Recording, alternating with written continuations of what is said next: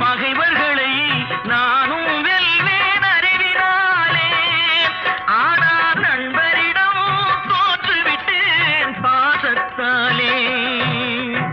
நண்பரிடம் தோற்றுவிட்டேன் பாசத்தாலே.